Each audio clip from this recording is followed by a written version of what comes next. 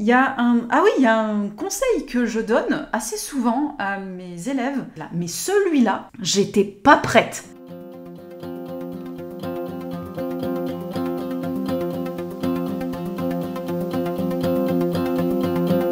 Alors, vidéo un peu particulière aujourd'hui, j'en ai un peu plus de 500 maintenant sur cette chaîne. Et alors, je sais que c'est une toute petite chaîne, 500 abonnés, mais 500 personnes qui regardent la même chose et qui aiment la même chose, le même contenu, je trouve que c'est pas rien. Et vu que vous êtes quand même assez nombreux sur cette chaîne, à mon goût, je trouve que quand même 500 c'est pas mal. Je me suis dit ça pourrait être sympa si effectivement je pouvais faire une petite FAQ pour me présenter un peu plus, parce que du coup vous regardez mon contenu sans vraiment connaître qui je suis, donc voilà. On n'attend pas plus longtemps, on y va, on démarre avec les questions. Kim est-il ton prénom, un diminutif ou un pseudo? Alors Kim, c'est mon diminutif. Moi je m'appelle Kimberley en vrai. Aussi loin que je me souvienne, on m'a toujours appelé Kim, que ce soit la famille, que ce soit les amis, ou des copains pas forcément très proches. Même les profs, même les instits à l'école primaire m'appelaient Kim. Je me souviens même un prof qui m'avait dit « Mais en fait, Kimberley, c'est ton vrai prénom. Enfin, Kim, c'est pas ton nom. » Et il était très mal à l'aise parce qu'il était persuadé pendant toute l'année de m'avoir appelé par mon nom, par mon prénom. Alors qu'en fait, pas du tout. Mais enfin voilà, du coup, c'est un peu une habitude maintenant de dire Kim. Donc du coup, Kim. Quel est ton métier? Alors, j'ai 2 casquettes. Je suis graphiste depuis 2013 et je suis graphiste à mon compte depuis 2017. Donc, je t'affiche à l'écran quelques-unes de mes créas que j'ai faites pour des clients. Voilà, il y a du logo, il y a des affiches, des cartes de visite. Il y a même un truc un peu particulier. Ça, c'est un projet qui m'a vraiment tenu à cœur, qui m'a transportée. Parce qu'il a mêlé du graphisme conventionnel et de l'aquarelle. C'était une charte graphique pour une généalogiste. Je lui ai fait son logo, ses cartes de visite, ses flyers, en intégrant des éléments aquarellés. Et je lui ai fait également ses arbres généalogiques. Alors je lui ai fait un gabarit, enfin bon, je te passe le côté technique parce que je me suis un peu cassé les dents sur créer un outil qu'elle pourrait réutiliser après, enfin voilà, ça a été un peu casse-tête, mais bon, enfin en tout cas, je me suis régalée de ce projet. Ça a mêlé les 2 trucs que j'aime vraiment beaucoup, quoi.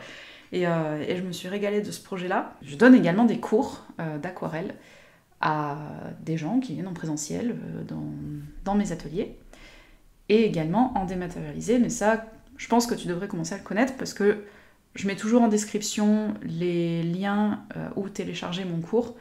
Voilà. Donc j'ai double casquette. As-tu des enfants?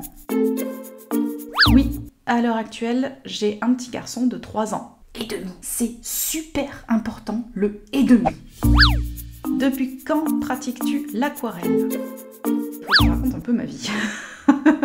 J'ai commencé l'aquarelle, les premiers pas en tout cas d'aquarelle que j'ai fait, c'était avec ma grand-mère. Dans les années, je dirais peut-être 2008, mais je suis pas tout à fait sûre maintenant que j'y repense. Aux alentours de 2008. Ma grand-mère prenait des cours avec une artiste très talentueuse. Enfin vraiment, elle faisait des toiles, mais alors, magnifique. Et ma grand-mère prenait des cours d'aquarelle avec cette personne, avec cette dame. Et j'ai vu ce qu'elle faisait, ma grand-mère, et je dis tiens, moi aussi je vais essayer. De temps en temps, on se prenait un samedi après-midi, on se mettait dans le salon, comme ça, et puis voilà, on patouillait un petit peu des trucs, voilà, on faisait des trucs pas ouf, mais en tout cas, on passait un bon moment. Alors maintenant que j'y pense, on pourrait penser que ma grand-mère n'est plus, mais ma grand-mère est toujours, elle est toujours vivante. D'ailleurs, je te fais un petit coucou. Coucou, d'ailleurs c'est bientôt ton anniversaire. Bon anniversaire, Mémé. Oui, j'appelle ma grand-mère Mémé, et alors? C'était ce petit moment entre nous. Voilà, j'ai pas pratiqué énormément avec elle, mais je prenais toujours beaucoup de plaisir à le faire. Puis après, j'ai commencé mes études, j'ai commencé à travailler, et puis j'ai un peu laissé l'aquarelle de côté, j'ai laissé un peu le dessin de côté.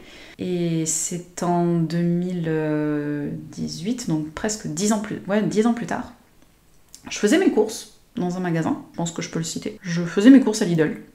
C'est pas pour rien, d'ailleurs, si j'ai fait, si j'ai fait le test des aquarelles Lidl, justement, bah, c'est un petit clin d'œil à moi, comment j'ai redémarré l'aquarelle, comment j'ai redécouvert l'aquarelle. Ils vendaient à cette époque-là une mallette avec plein de trucs, il y avait des feutres, il y avait de l'aquarelle, de l'acrylique, je crois qu'il y avait des pastels aussi, enfin voilà, il y avait plein de trucs dans cette mallette. Oh l'épi. Et je me suis dit, bah vu le prix et vu la quantité de matériel, bah je vais tester, et puis bah au pire ça me plaît pas, et puis je ferai un cadeau à la petite de la voisine, qui était largement en âge à l'époque de se servir de ça.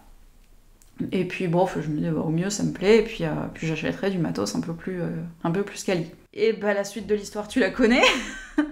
Je redémarre l'aquarelle donc en 2018, et je me régale à nouveau, mais là du coup je le fais toute seule, parce que j'habite plus vraiment à côté de chez ma grand-mère. Mais je me régale, et du coup bah, je me suis équipée avec le matériel que je te recommande aujourd'hui, parce que ça fait un certain temps quand même que je commence à l'utiliser, je commence à le connaître. Vraiment de l'aquarelle régulièrement depuis 2018. As-tu suivi des études en rapport avec le milieu artistique? Alors, oui et non. Je t'explique. J'ai pas fait de mana, j'ai pas fait les beaux-arts, si c'est ça ta question. Mais j'ai fait un BTS audiovisuel spécialité montage, même si je reconnais qu'aujourd'hui ça ne se voit pas, parce que j'ai pas pratiqué pendant très longtemps. J'ai été monteuse, j'ai exercé ce métier, mais après je l'ai pas exercé pendant très très longtemps, et j'ai perdu la main. Et ça se voit. Et après ça, donc j'ai passé mon diplôme de graphiste. C'était une certification professionnelle en infographie, print et web. Et c'était un niveau bac+2. Donc j'ai pas vraiment fait d'art. Il faut quand même une fibre artistique pour passer dans ces études-là, mais sans en être vraiment. Quelles sont tes sources d'inspiration ? Je prends l'inspiration majoritairement dans ce qui m'entoure, dans la nature, parce que j'habite à la campagne. J'ai les vignes à 50 mètres et le bois à 200 mètres. J'y sors très souvent mon chien, tous les jours en fait. Donc c'est très facile pour moi d'aller chercher un arbre avec une forme rigolote, une fleur, parce que au printemps, dans les champs, il y a... Et puis en plus, ce printemps, il a plu énormément, donc ça a foisonné, mais alors c'était un festival, c'était super beau. Voilà, ça c'est vraiment pour le côté inspiration dans la nature. Je passe aussi beaucoup de temps sur Pinterest, et je vais aller voir un peu des dessins qui me plaisent.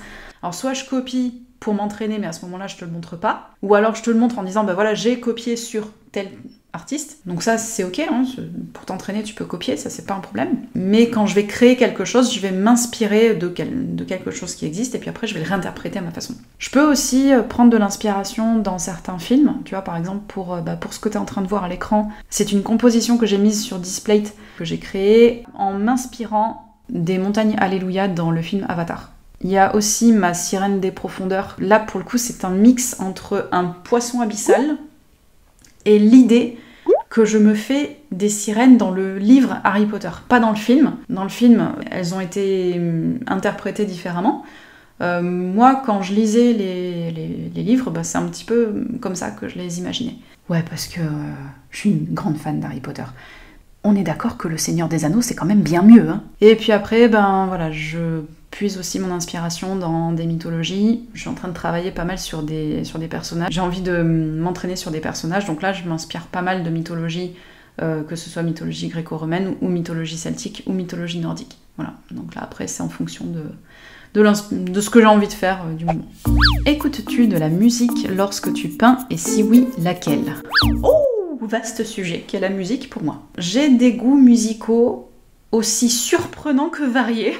Dans ce domaine, je suis pour l'éclectisme. Je suis capable de prendre autant de plaisir à écouter du Francis Cabrel que d'écouter du Sabaton. Oui, j'écoute de la musique pendant que je peins, c'est bien simple, je peux pas passer une journée sans écouter de la musique. À ce niveau-là, je suis restée une vraie ado. Après, voilà, j'écoute en fonction de mon humeur du moment. Alors, c'est pas parce que j'écoute du métal que je suis énervée, pas du tout. Je peux peindre quelque chose de très reposant, visuellement en écoutant quelque chose d'assez énergique. Après, il y a des fois où effectivement il y a des musiques qui m'inspirent un truc, qui m'inspirent un visuel. Alors pour le graphisme, oui. Pour le graphisme, ça m'est déjà arrivé de me plonger dans une musique pour vraiment pour m'imprégner de l'univers de mon client. Ça m'est déjà arrivé, souvent même. Mais pour de l'aquarelle, en fait, quand je crée pour moi, en tout cas, j'ai pas vraiment de brief. C'est vraiment ce que j'ai envie de sortir. C'est pas pareil que quand je fais un logo pour quelqu'un d'autre, dont il va falloir que je m'imprègne l'univers. C'est pas pareil. D'ailleurs, j'en profite pour rebondir sur une question qui m'a été posée. Pourquoi certains youtubeurs mettent un fond musical dans leurs vidéos ? C'est tout simplement pour rythmer la vidéo. Ou parfois pour masquer un bruit de fond, parce que tu vois bien que je suis dans un bureau que je partage avec mon compagnon. Là il est pas là.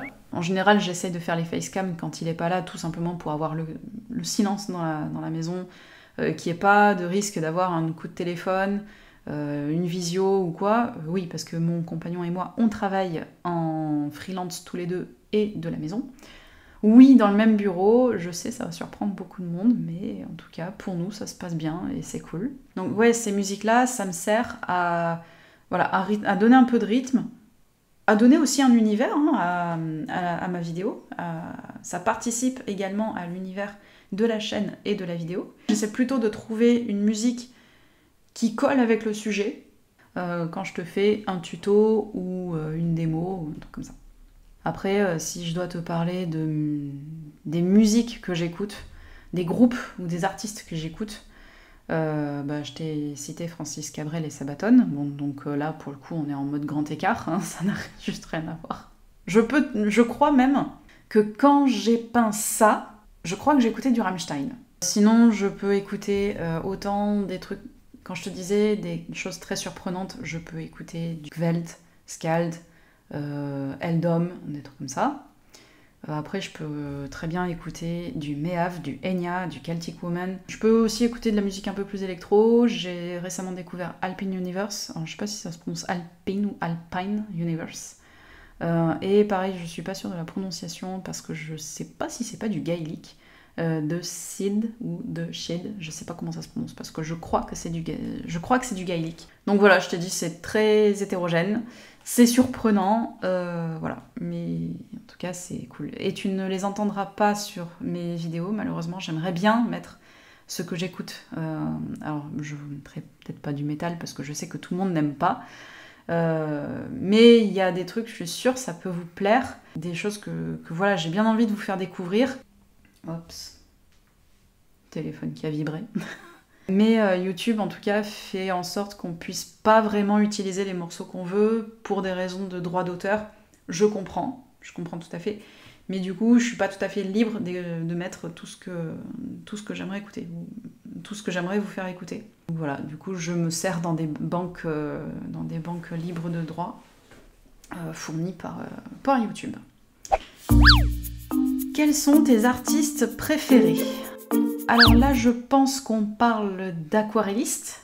Alors si on doit parler d'aquarelliste, j'aime particulièrement l'univers de Jenny Lefebvre, alias Jenny Illustration sur Instagram. Ses aquarelles, je les trouve très poétiques. J'aime beaucoup son style. Je trouve qu'elle a vraiment un univers. Je le trouve très très beau, cet univers. J'aime bien également les petites sorcières de Ritaria, que je trouve très jolies aussi. Et le style et la technique de Lizzy Linka, mais elle a une maîtrise hallucinante. Et en plus, elle intègre de l'aquarelle pailletée avec de l'aquarelle classique. Waouh, quoi! Vraiment superbe.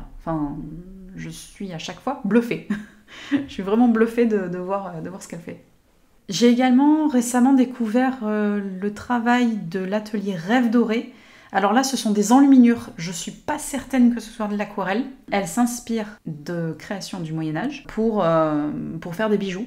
Et qu'elle peint en fait, qu'elle peint. Donc c'est pour ça que je sais pas si c'est de l'aquarelle ou pas. En tout cas, moi je trouve ça super mignon, super joli. Et si on doit parler d'artiste illustrateur, Banksy, tout le mystère qui rôde autour de lui, toutes ses œuvres, évidemment, sa démarche, voilà, je suis admirative devant ce qu'il fait. Alors après, je ne savais pas, mais maintenant je le sais grâce à ma copine Loli Colo, que j'aimais bien les dessins de Kerby Rosanes, mais je savais pas que c'était lui. En fait, j'avais vu cette collection de dessins et je me disais, waouh, c'est vachement bien, enfin, j'aime bien, j'aime beaucoup. Mais je savais pas qui était la personne qui avait fait ça. Et grâce à la vidéo de Loli Colo, maintenant j'ai mis un nom sur l'artiste. Pour quelle raison t'es-tu lancée sur YouTube? Alors, à la base, ma chaîne servait d'hébergement pour des vidéos que je propose dans mes ateliers, parce qu'en fait, j'ai un stage de découverte d'aquarelle, et à la fin de ce stage, je fournis le PDF avec les liens de toutes les vidéos de ce qu'on a fait à mes élèves. Ce PDF, si tu peux pas venir à l'atelier, si tu habites trop loin, ou si tu peux pas venir pour une raison X ou Y, tu peux le télécharger, mais disons qu'à mes élèves qui viennent en présentiel, je le fournis gratuitement. Donc à la base, ma chaîne servait surtout à ça, parce que je cherchais quelque chose de pratique, de facile d'utilisation, de pratique pour moi et de pratique pour mes élèves. Et je trouvais que YouTube, c'était plutôt le bon endroit pour héberger ça, en attendant, pourquoi pas, de développer quelque chose d'un peu plus complexe sur mon site. Et puis après, je me suis dit, pourquoi pas m'en servir de cette chaîne YouTube, parce que la preuve, c'est qu'on est quand même assez nombreux sur YouTube. Et je me suis dit, comme ça pourrait me permettre de me faire connaître, de faire connaître mon cours, parce que j'aimerais bien en vivre, en fait.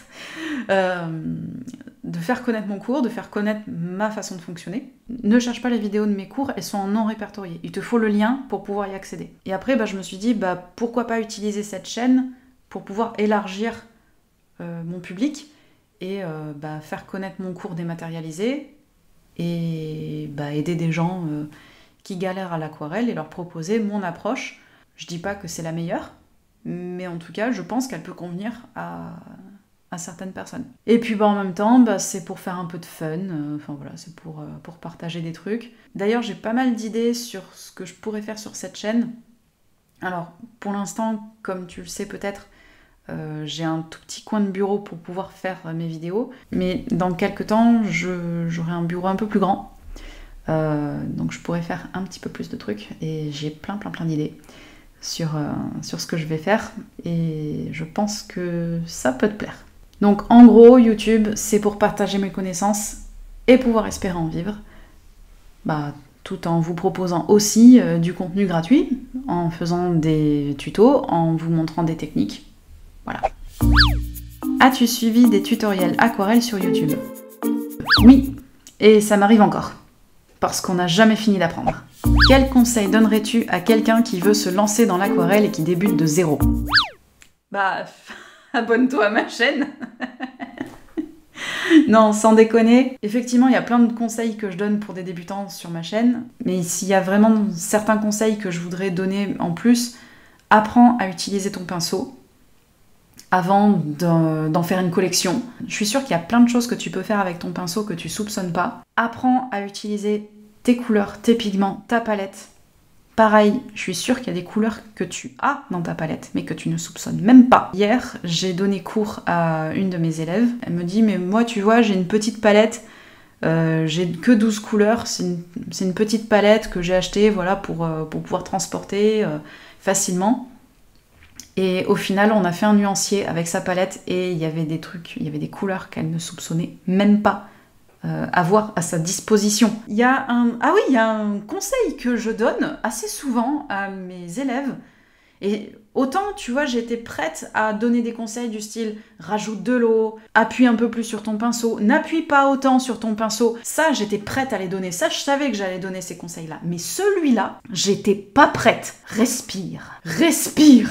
J'ai vu certains de mes élèves s'arrêter de respirer, mais en apnée totale, quoi, en train d'essayer de faire leur truc. Mais arrêtez de faire ça, les gens. Moi, j'ai pas un diplôme de secourisme, hein. Je peux pas vous ranimer, hein. Vous êtes pas en train de jouer votre vie.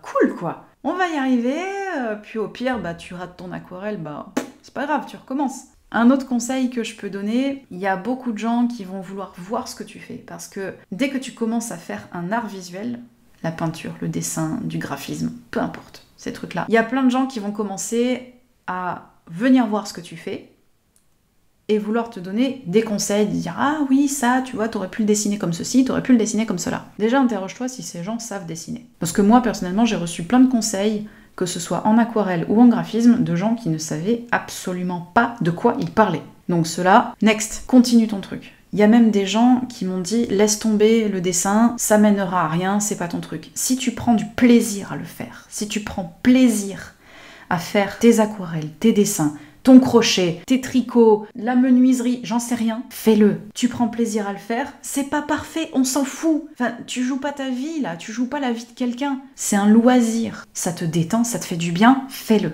Je sais pas si c'est le meilleur conseil, mais c'est un conseil en tout cas que j'ai envie de donner aux gens qui ont tendance, surtout les débutants, qui ont tendance à se décourager en se disant « ouais, mais regarde, tu vois, là, j'ai pas fait comme le prof, j'ai pas fait comme la prof ».